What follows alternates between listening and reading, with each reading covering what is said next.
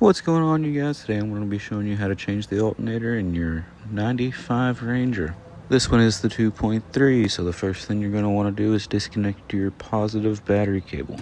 The next thing you're going to want to do is disconnect the intake from the air filter housing. The bolt to the clamp on the actual duct was an 8mm. There's going to be one tab that you have to separate, and then you should be able to move it freely out of your way. It is kind of far down in the engine bay, so I'm going to do my best to show you guys. This top connector is very easy. All you have to do is squeeze the retaining tab and pull it out, and it's out. But the second connector below it, you'll have to have some type of pry tool or a pick to get underneath the tab to get it off the alternator. Then you have the stud on the back of the alternator.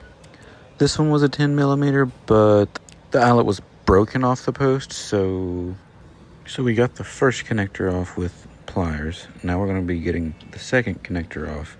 I had to use a mirror to go underneath or to the side of the alternator to actually be able to see just exactly where and how this connector was going to come out. After messing with it for a little bit, you'll get it. It's not terrible. It's in a weird spot underneath these coolant hoses. And I finally got it unlatched. I just had to wiggle it around a little bit and it got it free. And like I said, the eyelet was broken, so it all came off pretty simple. Here's the eyelet. We're going to come back to that in a minute. For the tensioner on this, you have to use a 3/8 drive ratchet. And you're going to want to pull it back towards the side of the alternator. Once the belt is off, you should be able to loosen up the top bolt and the two bottom bolts.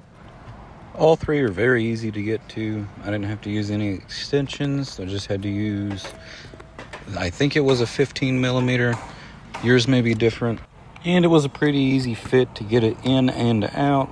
I just had to move the coolant hose out of the way and slid right in. So now what I'm going to do is I'm going to put the bolt in the top hole. That way I can stick it back onto the engine block, and it will be a little bit easier to put the bottom two bolts in.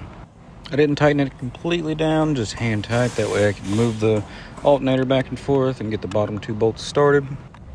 And that'll make it quite a bit easier to get it completely mounted. Once all the bolts are in hand tight, we're going to go ahead and tighten it back down with a ratchet. Okay, so now that all the bolts are tightened, you can go ahead and put your serpentine belt back on. I added 3 separate routing diagrams, depending if it has power steering or AC. Belts can be fun to replace, especially if they're stuck in between the ratchet and the tensioner. But once I got it, it was pretty easy to get back on the alternator.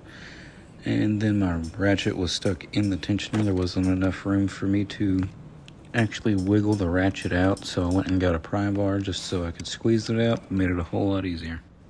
Now for the last thing, we're going to go ahead and fix the eyelet that went into the post of the alternator, so we're going to go ahead and get it replaced. So now all that's left to do is put the connectors back on the alternator and put the terminal back on the post, and it should be good to go. Once you have everything tightened up, all the connectors on, go ahead and put the air tube back on.